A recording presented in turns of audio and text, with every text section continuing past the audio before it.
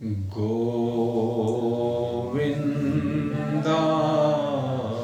नमो नमः। श्रीकृष्णाय नमो नमः। नारायणाय नमोस्तुते।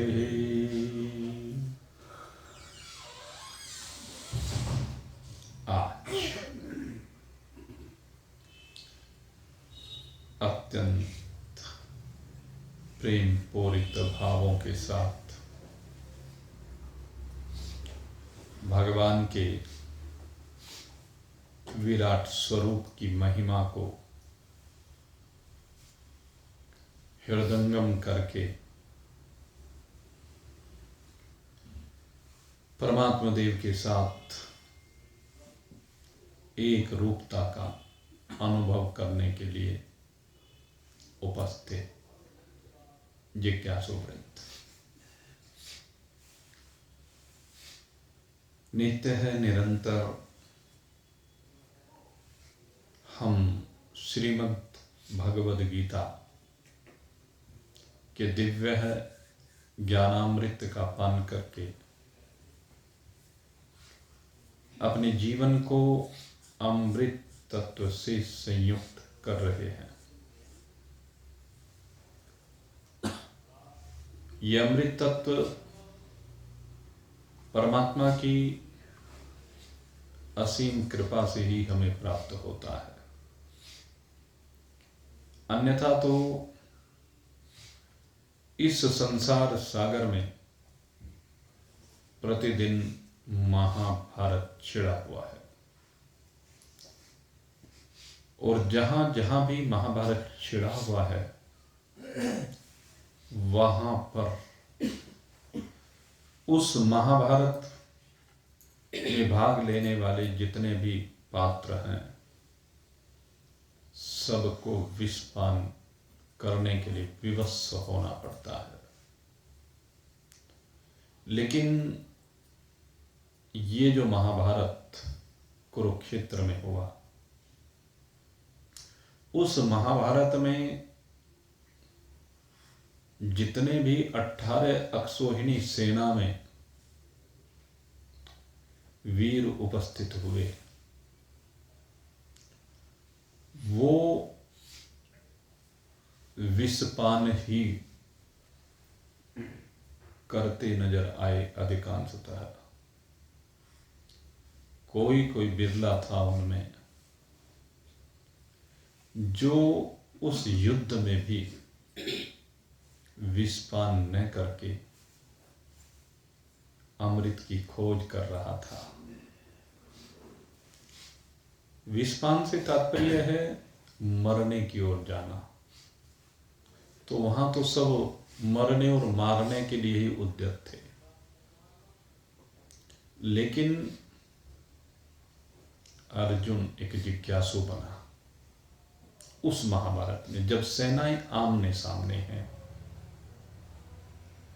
एक और कौरव सेना खड़ी हुई है और दूसरी ओर पांडवों की सेना है, और दोनों सेनाओं के मध्य में वो रथ विराजमान है, वो धर्म ध्वजा को धारण करने वाला कपिध्वज जिसको नाम दिया गया, वो दिव्य रथ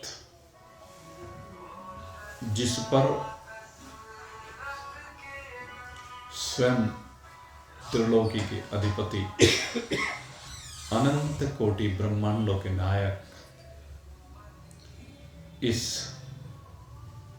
संसार का सृजन करने वाले, पालन करने वाले और संहार करने वाले स्वयं कृष्णावतार को धारण करके वो नारायण विराजमान है।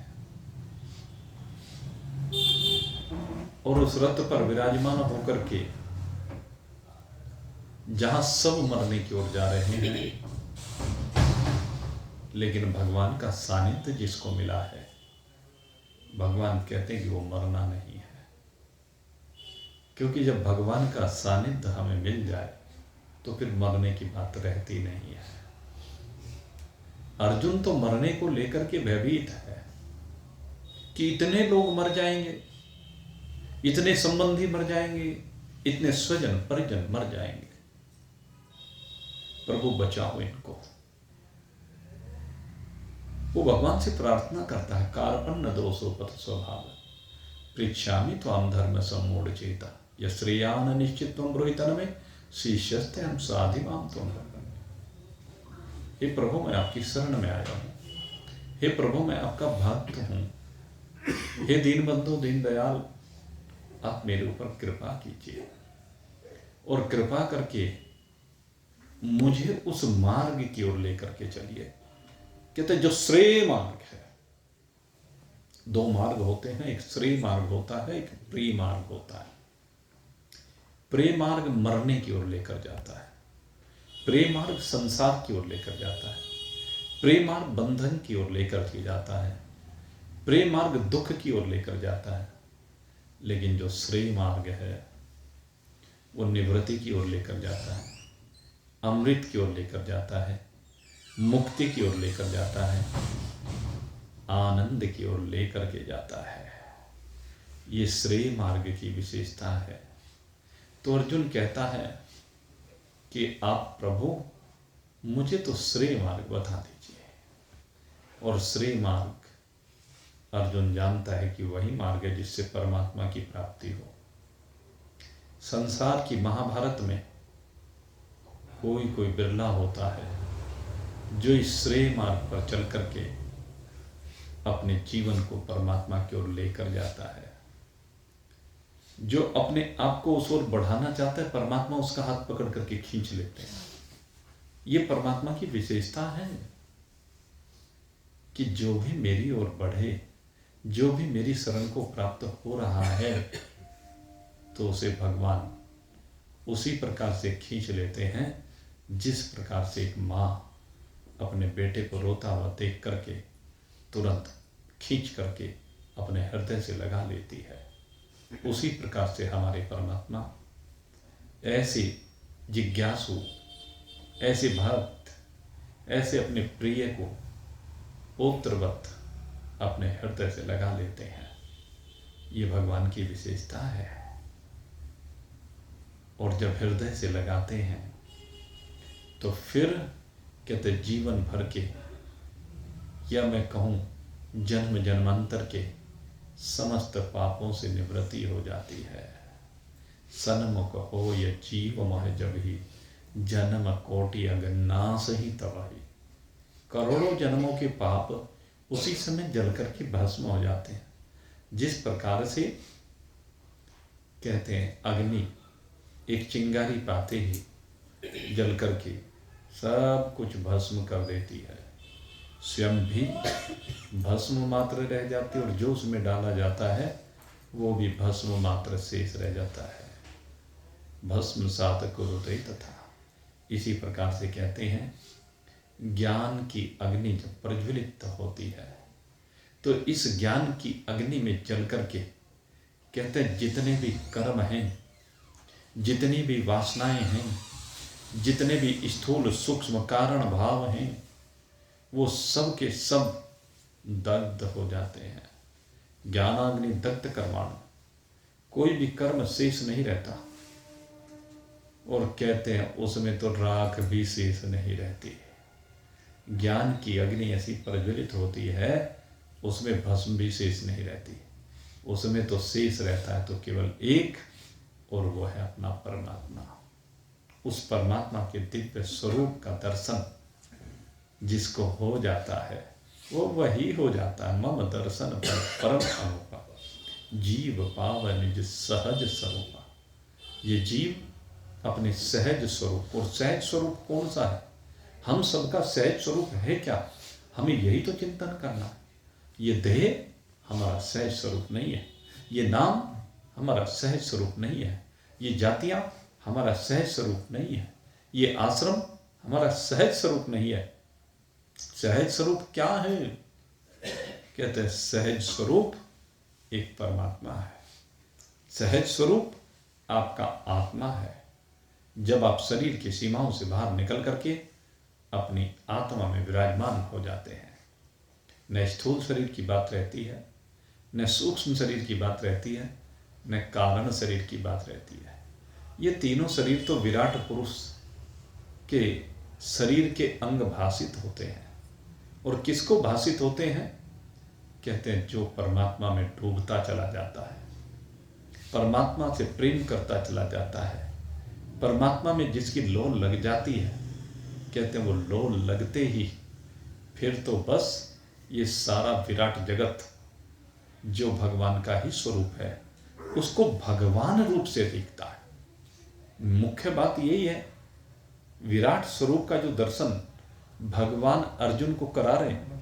कई दिनों से हमारी इसकी चर्चा चल रही है और इस चर्चा में क्या है कि भगवान ने अर्जुन को जो दर्शाया है और अर्जुन ने जो देखा है, गुरु ने समझाया है और शिष्य ने समझा।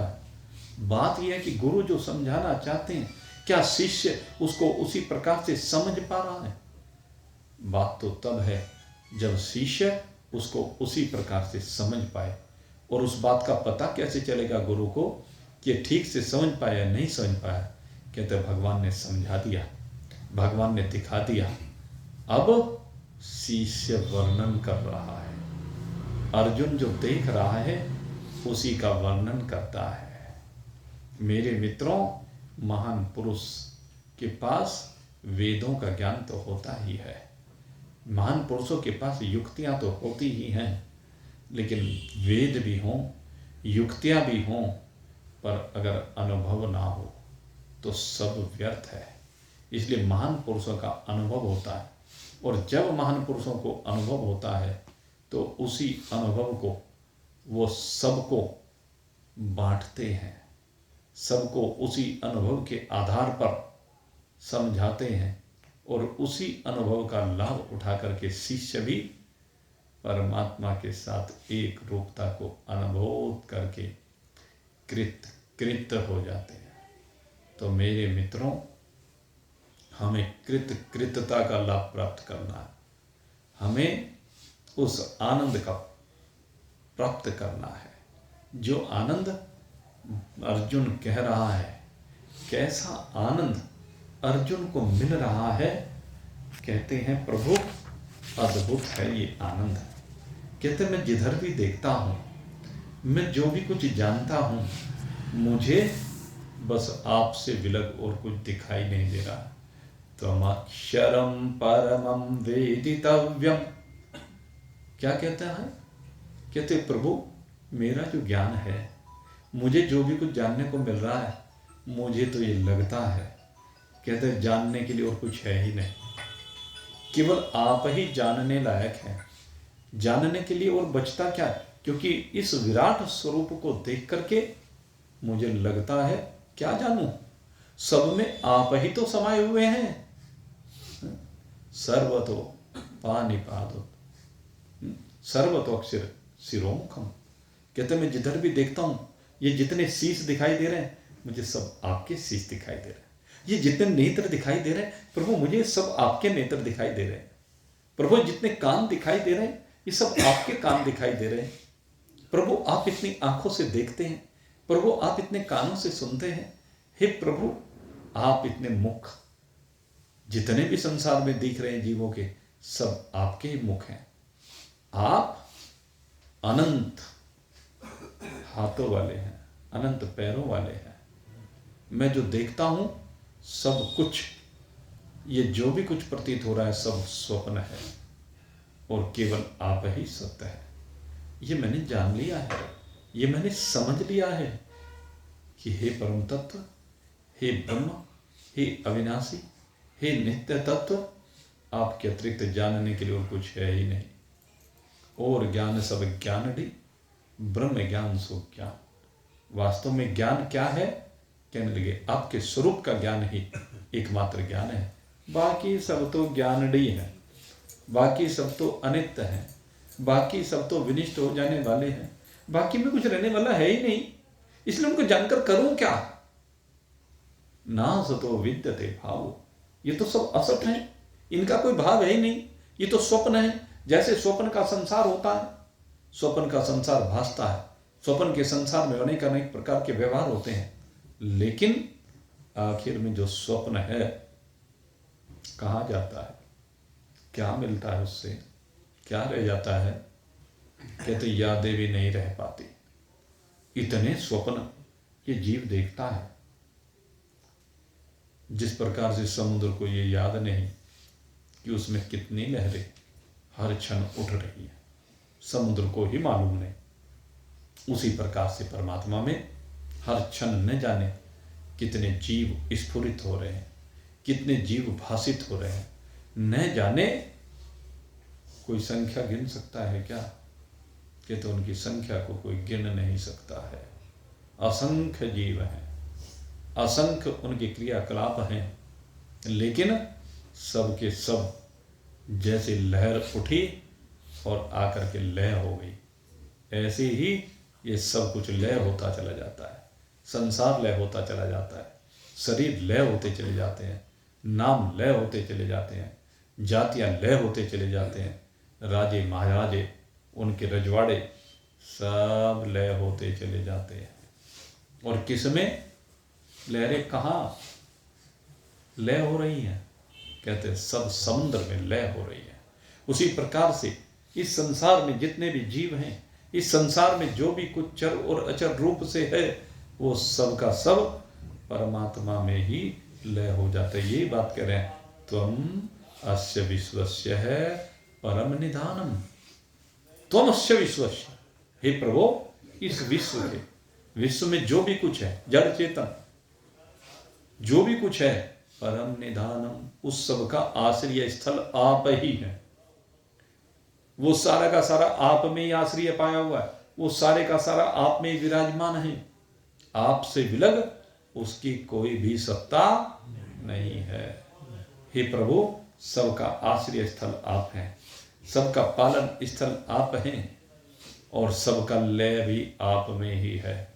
हे प्रभु आप में सब कुछ लय हो जाता है, ये सब व्यय हो जाने वाले हैं, लेकिन आप त्वम अव्यय, आप अव्यय हैं, आप विनाश रहित हैं, शाश्वत धर्म गोप्ता, आप ही वो शाश्वत तत्व हैं। लेकिन एक सबसे बड़ी बात यह है कि रोज लय को प्राप्त होते हुए भी हर समय सृजन हो रहा है। आप देखिए समंदर में कितनी लहरें हर क्षण उठ रही हैं, और कितनी लहरें वे उठ उठ करके लय हो रही हैं, लेकिन समंदर में लहरें कभी खत्म हुई क्या? आप देखें कि जितनी दूर दूर तक आपकी दृष्टि जाएगी, दृष्टि जाने पर कहते हैं कि आपको असंख्य लहरें उठती हुई दिखाई देंगी, असंख्य लहरें विनिष्ट होती दिखाई देंगी, वहीं से उठ रही हैं, वहीं पर लय हो रही हैं। सागर से विलग उनका कोई अस्तित्व है क्या? तो कहते हैं उसी प्रकार से परमात्मा से न जाने कितना जगत हर क्षण बनता जा रहा है, बनता जा रहा है, और हर क्षण ही निपटता जा रहा है। सारा जगत परमात्मा में लय होता जा रहा है, परमात्मा में से उठता है, तो इसका आश्रय स्थल कौन हुआ? जैसे लहरों का आश्रय स्थल केवल समंदर है, ऐसे ही सब कुछ का लय स्थल केवल परमात्मा ही है। परमात्मा से विलग और कुछ भी नहीं है। कहते हैं इसलिए एक वास्तविकता, एक सत्यता किसकी है? कहते हैं शाश्वत धर्म गोप्ता, उस शाश्वत तत्व की। और उस शाश्वत तत्व, उस परमात्मा तत्व, उस वास्तविक तत्व, कहते हैं वही सबका रक्षक है। वो कहते हैं लय भले ही हो रहा हो, लेकिन फिर भी लहरों का रक्षक है। कितना ही लय हो जाए फिर भी लहरें ज्यों की त्यों उतनी ही बनी रहती हैं। ऐसे ही संसार में कितने भी प्राणी लय को प्राप्त हो जाएं, कितने भी प्राणी यहाँ पर लय को प्राप्त होते चले जाएंगे, जो भी प्राणी लय को प्राप्त होते जा रहे हैं वो सब के सब फिर से नई लहर बन करके सामने आते चले जाते हैं। कितनी लय हो गई, न जाने कितनी लय हो गई, कोई गिनती कर सकता है क्या? हमारे माता पिता दादा दादी परदादा परदादी ये सब लय होते चले गए, लेकिन उनके लय होने के साथ आगे की श्रृंखला, बच्चे, उनके बच्चे, फिर उनके बच्चे, फिर उनके बच्चे, निरंतर ये संसार की रौनक ज्यों की त्यों है। संसार न घट रहा है न बढ़ रहा है। संसार अपनी प्रतिष्ठा में परमात्मा में ज्यों का त्यों अविचल रूप से विराजमान है। लगता तो है कि विचलन हो रहा है, लेकिन वास्तव में परमात्मा दृष्टि से जब हम देखते हैं तो ये अविचल रूप से स्थित है, कोई विचलन नहीं है। सनातनस्तम पुरुषो मतो में ही, क्योंकि सनातन माने सदा से, सदा से ये स्वप्न चलते आ रहे हैं। आप देखिए जितने स्वप्न आप में रोज बनते हैं, आपका कुछ घटता बढ़ता है क्या? जैसे आपका कुछ घटता बढ़ता नहीं है, ऐसे परमात्मा में कितना जगत रोज बनता है, तो परमात्मा का भी कुछ घटता बढ़ता नहीं है। इसलिए कहा सदा से परमात्मा ऐसा ही है, सदा से परमात्मा बिल्कुल एक रस अविनाशी है। परमात्मा में कोई विकार नहीं है।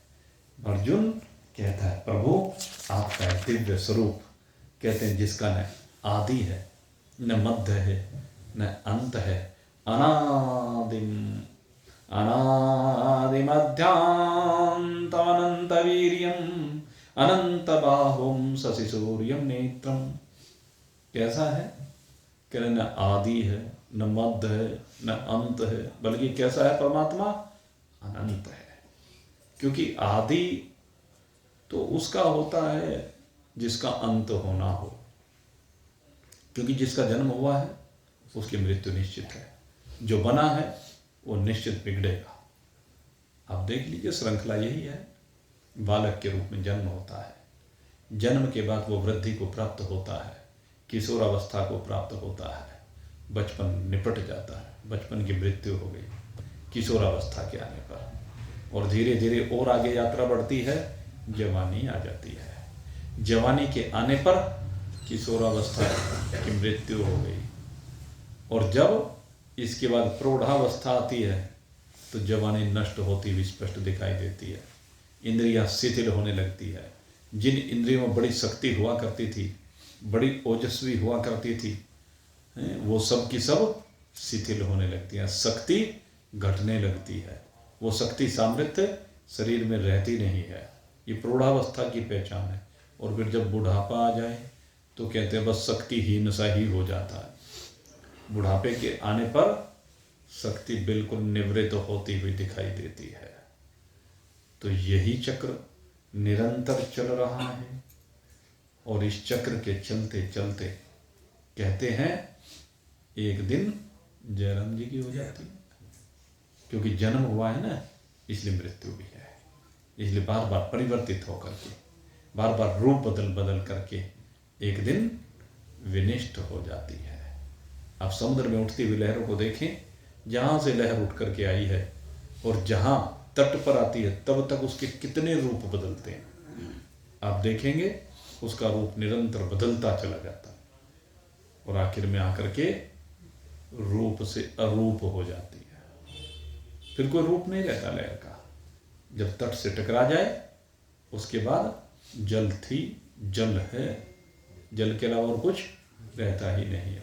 इसी प्रकार से कहते हैं परमात्मा तो सदा से एक है, परमात्मा सदा से एक रस है, लेकिन परमात्मा में जो स्वप्न सा दिखाई दे रहा है जगत का, यह निरंतर परिवर्तित होता रहता है, और परिवर्तित होने के बाद भी आखिर में जयराम जी की।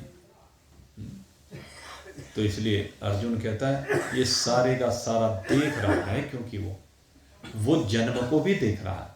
वहां पर किस प्रकार से परमात्मा से सृजन हो रहा है। विराट रूप में क्या दिखता है? सृजन दिखता है। विराट रूप में जो भी कुछ सृजित हो रहा है, जो भी कुछ बन रहा है, वो भी दिखता है। जिसका पालन हो रहा है वो भी दिखता है, और जो लय को प्राप्त हो रहा है वो भी दिखाई देता है। ये परमात्मा में विशेषता है, उस विराट रूप में विशेषता है। कैसे है? कहते एक सर्कल है, या कह लीजिए एक साइकिल है। आप देखेंगे, हमने अनेक जगह पर इस बात को देखा, महान पुरुषों ने दर्शाया, तो क्या हुआ कि ऐसे एक सर्कुलर शेप में यहां से बच्चा आया और ऐसे बढ़ता चलेगा, बढ़ता चलेगा, बढ़ता चलेगा, और फिर ऐसे फिर लय हो गया और फिर से बच्चा बन के आ गया। बच्चे से बड़ा हुआ, बड़े से बूढ़ा हुआ, बड़े से बूढ़े से जयराम जी की ओर फिर से बच्चा बन करके आ गया। यही हो रहा है। आप भी सब बच्चे बन करके आए। अब भले जो भी यात्रा कर रहे हो, कुछ बच्चों के रूप में यात्रा भी कर रहे हैं, कुछ जवानी, कुछ बुढ़ापा, और फिर से बच्चा बन के आना है भाई। किसको? आप सबको नहीं, आप सबको नहीं आना है। किसको आना है? कहते जिसमें अज्ञान का लेश भी रह जाएगा, जिसमें अविद्या शेष रह जाएगी, उसे फिर से बन करके आना है, उसे फिर से स्वप्न देखने हैं, उसे फिर से वही परिस्थितियां झेलनी है। लेकिन अर्जुन कहता है मुझे अब इनसे लेना देना नहीं। क्यों? क्योंकि कहते हैं मैं जान गया हूं, मैं समझ गया हूं। पश्यामि त्वां दीप्तहुता स्वक्त्रं स्वतेजसा विस्मितं तपन्तम्। अर्जुन कहता है प्रभु पश्यामि त्वां, मैं तो आपको देख रहा हूं, और आपको देख करके, आपको जान करके, जानत तो मही हो ही जाई। कहते तुमको जानकर तो तुम ही हो जाता है, और जो तुम्हारे साथ एक रूपता को प्राप्त हो गया, फिर उसमें आने और जाने की बात कहां है? उसमें न आना है न जाना है। और मैं ये सब चीज स्पष्ट जान गया हूं, स्पष्ट देख रहा हूं। मुझे तो यद्यावा पृथिव्योरिदमन्तरमिह व्याप्तम् त्वयैकेन दिशश्च सर्वः दृष्ट्वाद्भुतं रूपमुग्रं त्वयिदं लोकत्रयं प्रवर्तितं महात्मनः। हे प्रभु, मैं आपकी उस दिव्य रूप को देख रहा हूं। हे नारायण, मैं देख रहा हूं पृथ्वी को भी, मैं देख रहा हूं पृथ्वी पर रहने वाले जीवों को भी, मैं देख रहा हूं इन 10 दिशाओं को, मैं देख रहा हूं जल को, मैं देख रहा हूं अग्नि को, मैं देख रहा हूं वायु को, मैं देख रहा हूं आकाश को। मैं इन सब को देख रहा हूं, लेकिन इन सब को किस रूप में देख रहा हूं? कहते हैं इनके दोनों रूपों को तो मैं देख ही रहा हूं।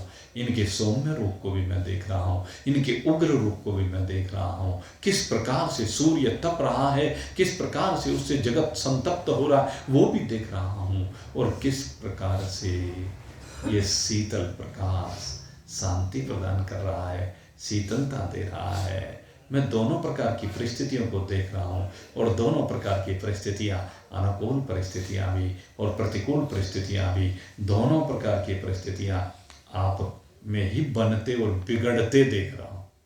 लेकिन उन सब परिस्थितियों के बनते और बिगड़ते हुए देखने पर भी मैं देख रहा हूँ आप में न कुछ बनता है न कुछ बिगड़ता है। आप बनने और बिगड़ने दोनों से ही भरे हैं। न आप में बनना है न आप में बिगड़ना है। आप एक रस है। ये सब परिवर्तनशील है, ये सब बदल रहा है, लेकिन आप इसमें बिल्कुल एक रस विराजमान है। आप में कोई भेद नहीं है। आप कहीं से भी मैं देखता हूं जो आपका उग्र रूप दिखाई दे रहा है। देखो, विराट पुरुष में परमात्मा का उग्र रूप भी दिखाई दे रहा है।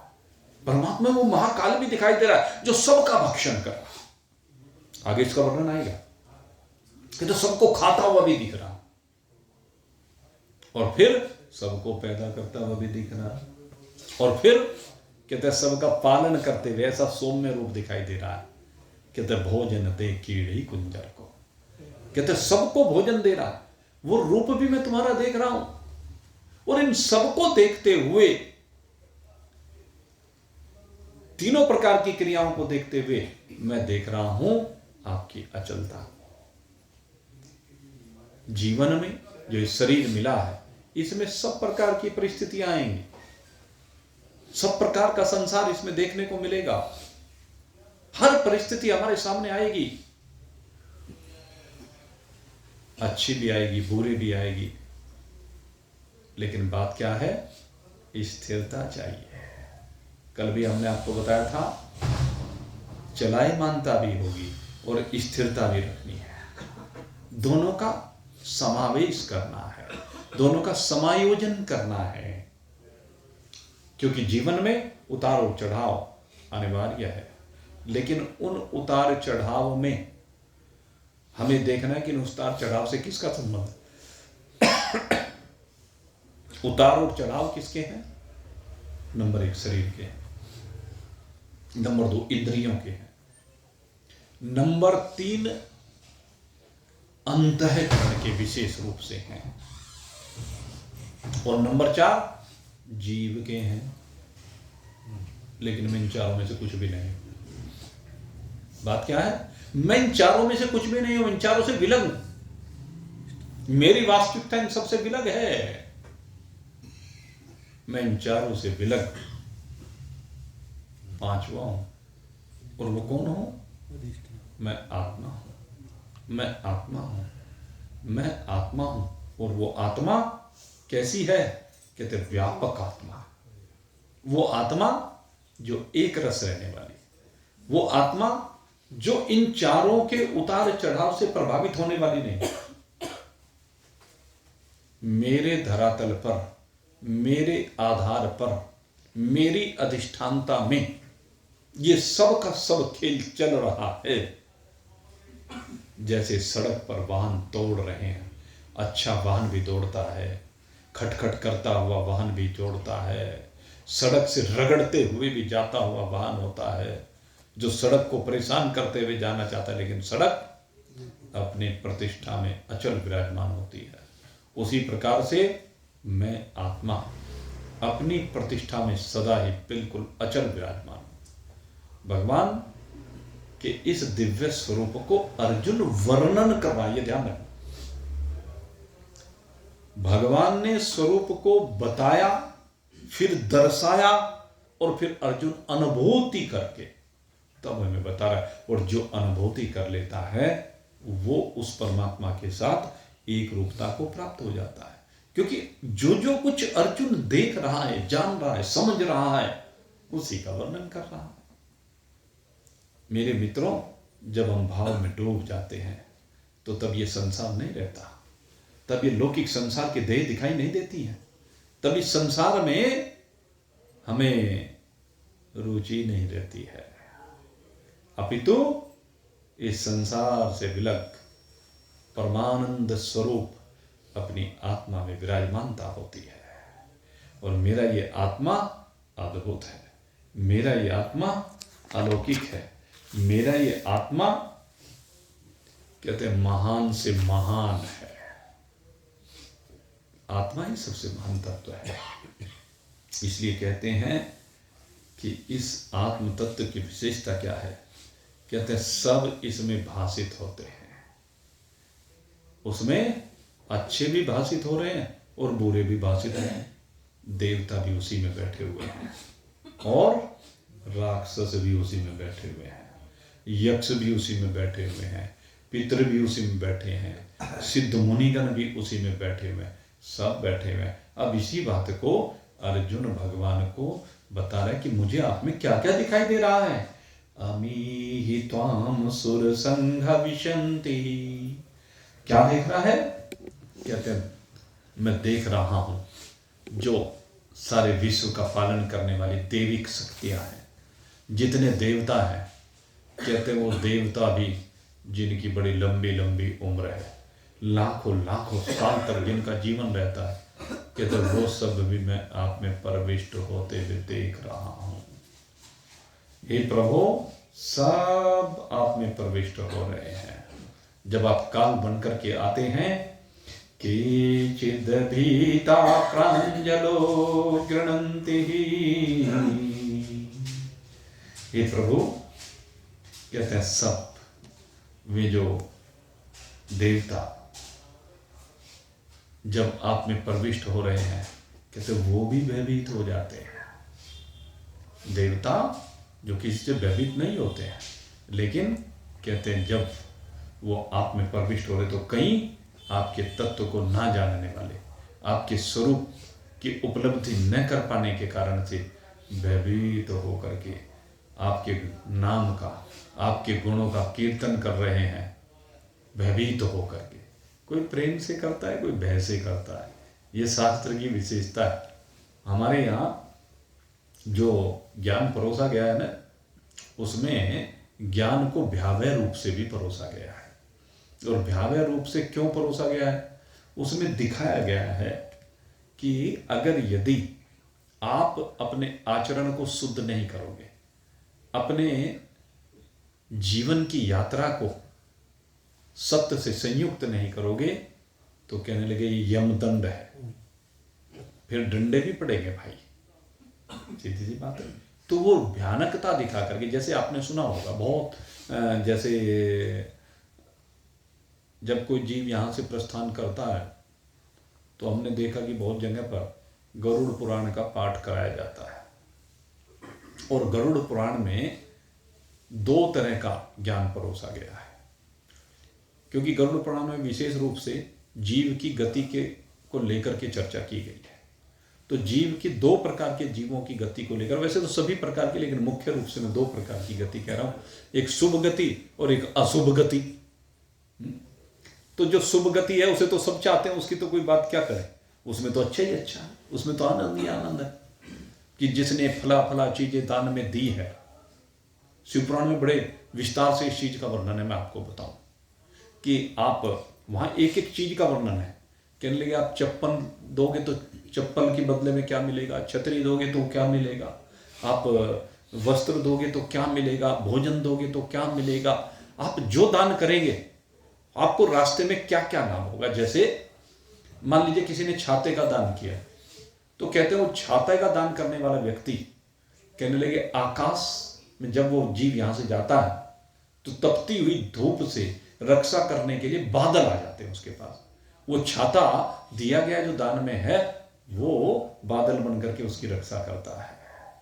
कहते जो आप चप्पल दान में देते हैं, तो चप्पल दान में देने से कहने लगे वो वाहन बन के आ जाता है आपके लिए। वहां भी आपको पैरों में, जिससे ककरीले पथरीले जो रास्ते होते हैं, फिर चलने में दिक्कत नहीं होती। ऐसे दोनों चीज होनी चाहिए साथ में, दोनों चीज होनी चाहिए। अब दोनों क्यों, हम तो और भी आगे की बताते हैं आपको। अब कोई गौ दान करता है तो गौ दान करने पर क्या कहते हैं, रास्ते में एक वैतरणी नदी पड़ती है, और वो जो वैतरणी नदी है ना भाई, उसको पार करना सबसे बड़ा महाभारत है। क्यों? कि वैतरणी जो नदी है उसके अंदर बड़े भयंकर जीव होते हैं। उस वैतरणी नदी में पीप भरा होता है, मांस भरा होता है, रक्त भरा होता है, गंदगी भरी होती है। और जब ये जीव जिसने कोई दान नहीं किया, उसके अंदर से जब जाता है ना, तो उसमें से जाते हुए वे जीव उसको कचोटते हैं, और उसी का रक्त वहां पर गिरता है, उसी से वो भरी रहती है। रक्त, पीप, मांस, बड़ी भयंकर यातनाएं उस वैतरणी नदी में दी जाती है जीव को। किसको? जो पाप कर्म करने वाले जीव हैं, उन पापी जीवात्माओं को बड़ी भयंकर सजाएं उस वैतरणी नदी में दी जाती है। अब आप कहेंगे वैतरणी नदी में तो उनको सजा मिलती है, वैतरणी नदी में उनको बड़ा कष्ट झेलना पड़ता है। ये तो ठीक है, लेकिन मेरे मित्रों, उस वैतरणी से बचने का भी उपाय है। जहां शास्त्र ने एक और ये रौद्र रूप दिखाया है, तो वहीं शास्त्र ने सौम्य रूप भी दर्शाया है। और ये सौम्य रूप क्या है? कहते हैं कि जो यहां पर सब प्रकार की वस्तुओं का दान करता है। किन वस्तुओं को दान भी किसका करना है? सीधी सी बात, जो वस्तुएं रोज आपके उपयोग में आने वाली है, उन्हीं का दान करने के लिए कहा जाता है। अब आप देखिए, जैसे अभी हमने प्रोग्राम किया बड़ा दिव्य प्रोग्राम हुआ, जो प्राण प्रतिष्ठा का कार्यक्रम। तो इस प्राण प्रतिष्ठा के कार्यक्रम में भगवान के सैयावास कराए, सैयावास तक, जलादिवास से सैयावास तक लगभग मेरे विचार से 100 आइटम ऐसे थे जो उस 100 आइटम के अंदर भगवान का वास कराया गया। वही तो दान है। उसमें आपके उपयोग में आने वाली हर वस्तु रखने का प्रावधान था। उसमें जल भी दिया गया, क्योंकि जल सबसे पहले चाहिए। फिर उसमें पीने के लिए भगवान को जूस भी पिलाया गया, दूध भी पिलाया गया, दही भी खिलाई गई है। उसमें गन्ने का रस भी पिलाया गया जब रसादिवास किया, तो सब प्रकार के रस उसमें दिए गए। अनाज का वास किया तो सब तरह का अनाज, यानी गेहूं भी है, चना भी है, बाजरा भी है, ज्वार भी है, मक्का भी है, जौ भी, सब तरह के अनाज, दाल भी है। और जब वस्त्रों का वास कराया गया तो गर्म वस्त्र भी होना चाहिए, ठंडा वस्त्र भी होना चाहिए, लिहाफ भी, गद्दा भी, चद्दर भी, तकिया भी, गर्म चद्दर भी, सब तरह के वस्त्र दिए गए भगवान को। और इसी प्रकार से जब जिस दिन सैयावास हुआ ना, तो उस सैयावास में तो भाई इतने आइटम थे, घर के कहने लगे हर चीज होनी चाहिए जो घर में आप उपयोग में लाते हैं, उसमें सब चीज होनी, खाने की, पहनने की, जो भी चीजें। अब वो अलग बात है कि कितनी दे पाते हैं, कितनी दे नहीं है। तो ये जो चीज हमारे यहाँ प्रावधान किया है कि नहीं, जो लोग इस तरह से दान करते हैं तो उनके लिए क्या होता है, कहते हैं उनको वैतरणी नदी पार करने के लिए क्या मिलता है, कहने लगे विमान मिल जाता है। और वैतरणी नदी, अब आप सोचिए, अब किसी नदी को पार करना हो, आपके पास कोई साधन ना हो, तैरना आप जानते ना हो, और जिस नदी में दलदल हो, तैरना भी जानते तो क्या करोगे, कोई काम नहीं आएगी जी। उस समय क्या काम आएगा, लेकिन अगर विमान है तो आपको उसके ऊपर से उड़ते हुए चले जाओगे। आपने अच्छे वस्त्र दे रखे हैं तो नंग धड़ंग नहीं जाना पड़ेगा। नहीं तो आपने देखा होगा यमराज के दूत नंग धड़ंग लेके जाते हैं जो वस्त्र दान नहीं करता उसको, और खूब पीटते हुए लेकर के जाते हैं। और जो खूब अच्छे अच्छे वस्त्र देता है ब्राह्मणों को दान में, तो उसके लिए क्या होता है, कहते हैं उसको बड़े सुंदर सुंदर वस्त्र मिलते हैं, दैविक राजसी वस्त्र, वो वस्त्र मिलते हैं बड़ा सुंदर। यहीं से उसको सजा धजा के ले जाया जाता है, पुष्प वर्षा करते हुए ले जाया जाता है, खिलाते पिलाते हुए ले जाया जाता है। जिसने ड्राई फ्रूट्स दे रखे उसे ड्राई फ्रूट्स खाने को मिलेंगे, जिसने मिठाइयाँ दान में दे रखी है मिठाई खाने को मिलेगी, अनाज दे रखा है रोटी खाने को मिलेगी, हर चीज मिलती है। मेरे मित्रों, ये विधि है हमारे यहाँ। तो शास्त्र ने दोनों प्रकार का ज्ञान परोसा है हमारे लिए। यहां से जब गति होती है तो उस गति में दोनों प्रकार की व्यवस्था है, अच्छे लोगों की भी व्यवस्था है, बुरे लोगों की व्यवस्था है। और उसी के अनुसार जब यहां से जीव 3 दिन बाद, ये 3 दिन की अवधि होती है, आपको बताएं, इस अवधि को जो तय करता है ना, इसमें बहुत कष्ट उसको झेलने पड़ते हैं और बहुत सुख भी इसमें मिलता है। दोनों ही बातें हैं। जो सीधे जाता है धर्मराज के लोक में तो उसको बड़े सुखपूर्वक ले जाते हैं। उसको कहाँ से ले जाते हैं, सुंदर सुंदर बागीचे दिखाते हुए लेकर जाते हैं, सुंदर सुंदर मनोरम दृश्य दिखाते हुए लेकर के जाते हैं, पर्वत श्रृंखलाएं हिमाच्छादित स्वर्ग के दर्शन कराते हुए लेकर के जाते हैं। और लेकिन जाना सबको वहीं उसी लोक में है। जो अच्छे कर्म करने वाले हैं उनको धर्मराज के लोक में जाना है, और जो उनसे बुरे कर्म करने वाले हैं उनको तड़फाते हुए लेकर के जाते हैं, खींचते हुए लेकर के जाते हैं कीलों पर। तो वो जाते तो वो भी वही है, उतनी अवधि में जाते हैं, लेकिन उनको तड़फाते हुए ले जाया जाता है।